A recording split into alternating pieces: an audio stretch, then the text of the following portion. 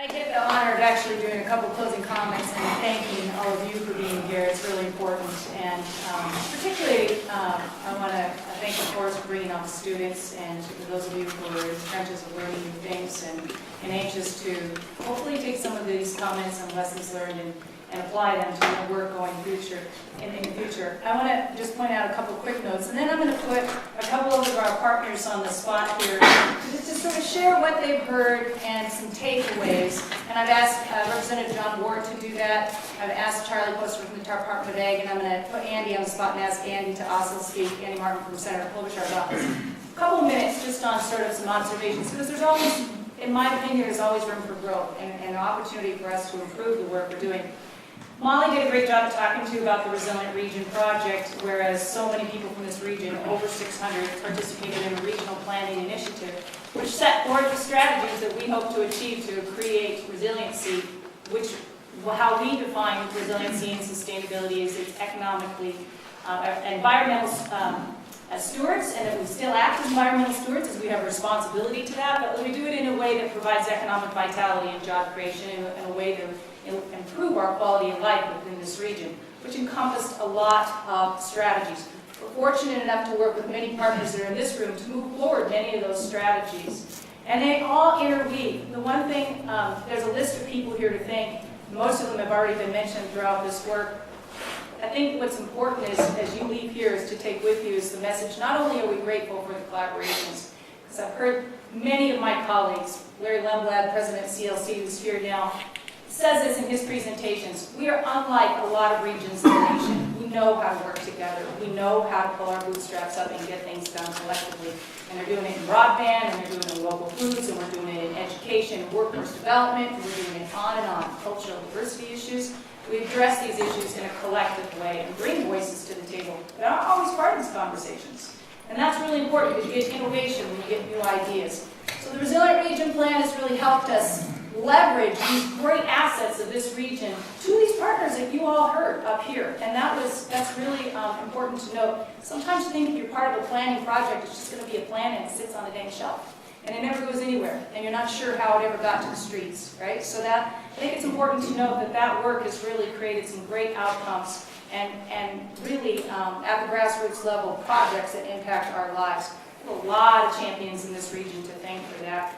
And again, many of them have been spoke to here today. What I want to close my comments on before I bring up the three guys is that Arlene spoke to it as to where we're going in the future. We have great potential with the local food hub and with Sprout. And it's thoughtful and mindful that we've created not only a nonprofit but an LLC under the umbrella of for Sprout to be able to have access to different types of partnerships that move forward the initiative and strategies. In the future, we are looking at doing more food processing, if some of you are wondering. We do have other goals and dreams that are on the shelf right now that we want to move into in a very sustainable way so that we don't get so far ahead of ourselves. We don't get too much demand or too much supply, and that we're equalizing this, and that we're also providing opportunities for our low-income growers, for our marginalized populations, for our cultural diverse groups that are within the region. So processing is the next step of this work. We look forward to the partnerships with USDA, who are some of the players in doing food processing, or the lending partners like the CDFIs and the Initiative Foundations and our other even financial institutions, and doing those deals that, frankly, Nadine Uzman, who does economic development in Wadena, does every day. We need those partners to do those kinds of deals. We're looking forward to working with them. We haven't had a chance to effectively utilize the great programs within the Department of Ag in a real meaningful way to this project, but we will. And it will be cool. We're going to do some really great stuff with the Department of Ag. We're determined. I also want to point out, since Erica's here and a few others from the SHIP coordinators, we're really looking forward to working with the statewide health improvement programs and understanding how this work leverages what they're trying to do within their respective communities.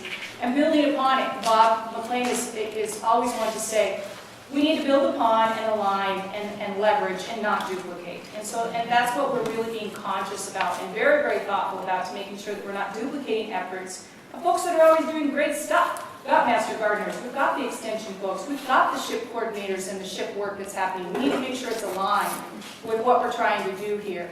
and grow it in a way that makes sense for those who want to participate, without it necessarily being a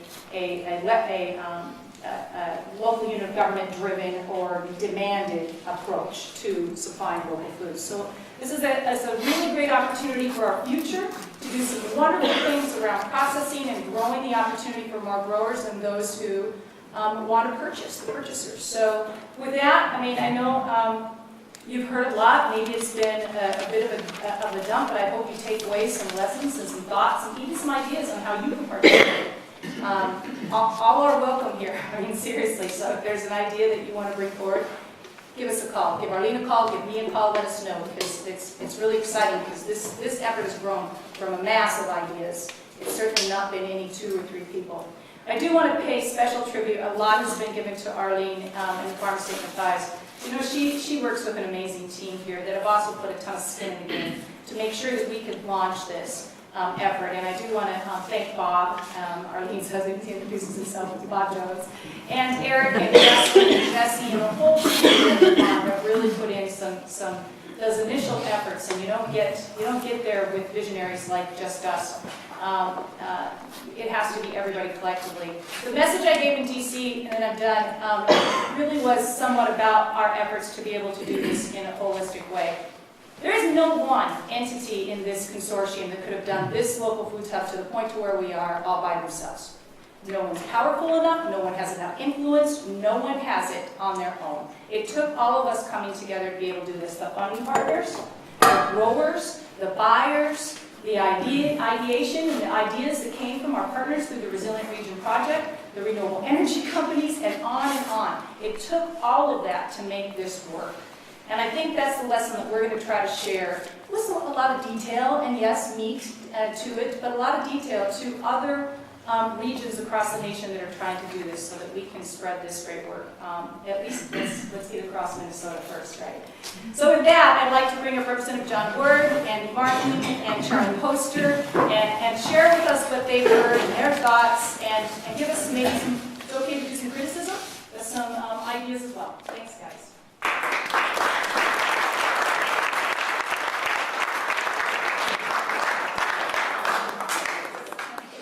Smartest to dumbest, so I'll go last. Well, I don't need a mic. Okay. You can hear me okay, can you? Yeah. Yep. I see a lot of this, so that, yes. Arlene and Cheryl, you guys are absolutely amazing. You've taught all of us so much today. And, but we're always about results in government, for sure. Federal or state government or local government, we're always about results. And, how about that lunch? Very big and a remarkable community asset, period. But that you saw that. But that's the result of the food hub, is what you just had, right? That's the result. And imagine that with our children. Imagine our children getting that every day. I taught school for 34 years. Had I had that food for 34 years, I wouldn't look like this probably. So the results are very, very important. And the results are exactly what you're working towards, Cheryl and Arlene and the staff and everybody's engaged in the program. I am in awe of what I've heard today. I've visited Real. I've been up to the farm. Our daughter was in the AmeriCorps and Conservation Corps and all that stuff. And I know a little bit about all of that, just enough to be dangerous. But but it's amazing, and when you have the energy and enthusiasm and knowledge that we all shared and heard today, and that it is spreading, and it is growing, and it is positive, we in turn that into jobs, economic growth. Arlene talked about a better life for us here with a spin-off of being able to do some capital investment or capital improvement projects in our community. We heard about economy and turning the dollar over again in our community.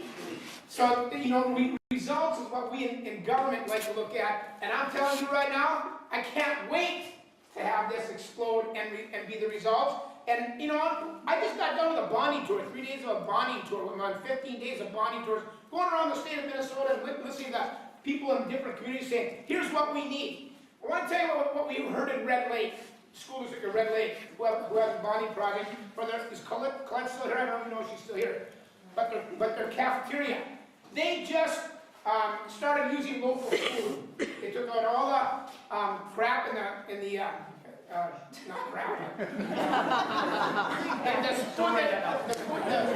food that's not as nutritional, sound, and healthy for our children in Red Lake, they started using local grown products, and the kids resisted at first, and now they are just loving it, and they're seeing immediate results.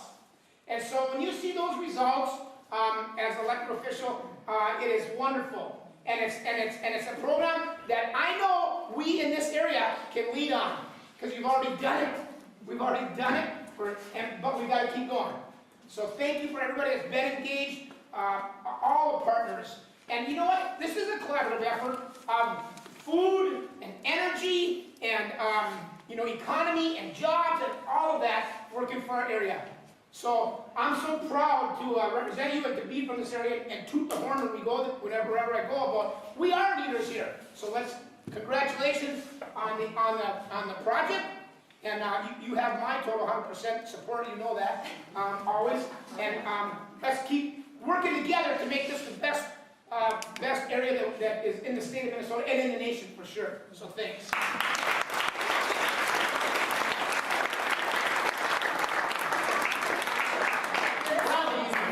Thank you, Representative Ward, for setting the energy level so high. Another great down notch.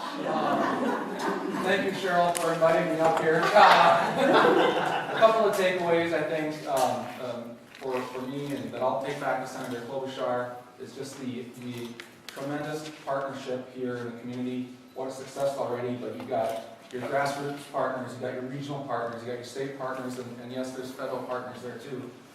Some of the things I was thinking about was today is there's a lot of misconceptions about the Farm Bill and what USDA does and how it helps in rural communities. And a lot of people don't know that 80% of the Farm Bill is really the nutrition title, which helps feed children and seniors, and there's nutrition standards in there.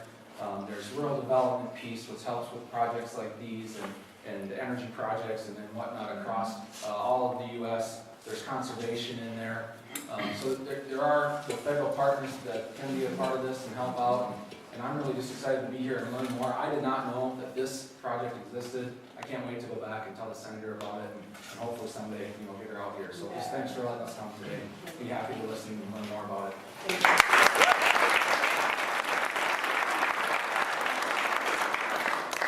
While Cheryl and Arlene were being whisked about Washington, D.C., Bob Jones and Barry from Barry's Cherries and I were at a school just 2 miles west of here, Fairview Oaks. The Department of Ag, with money direction from the legislature, gave that school a grant to continue their farm to school program. It was a $20,000 grant that we partnered with Blue Cross Blue Shield from. Minnesota is making one of the biggest investments in farm to school in the entire country. $250,000 this year and $500,000 next year.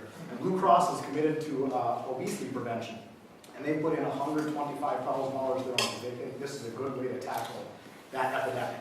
So what we're doing right here is really important. So the Department of Ag wants to play a very important role, and will continue. We want to continue adding jobs, helping Minnesota ag businesses expand. So if you're interested in that opportunity, you should definitely check out our website. We have value-added business grants, so if you want to expand or get into fruit, vegetable, protein, dairy production, we'd like to help. And if any of you sit on the school board really care passionately about this issue, you should take it to your home community and make sure that your school is exploring how you can be a leader. Colette, who I think many of you know, is from Pierce, my hometown, from Pierce. And her older brother, Leo, is the football coach for like 35 years. So I hear PoCamp, I associate with pain. But it's nice to see what incredible work she's doing. And she talked about how she goes back to Pierce and she's really leading it. They copy the menus, or they learn from the menus that they do at Baxter. So we want to play it. I told Colette, go back and tell Pierce if there are things they need, investments they need. We want to be a partner with Blue Cross and the Department of Ag. With champions, like Representative Ward in the state, we'll continue pushing this ball forward. So we really do want to be a partner. We'll continue to be out here, hear these stories, and figure out how we can support you. Thanks so much for the opportunity to be here. Before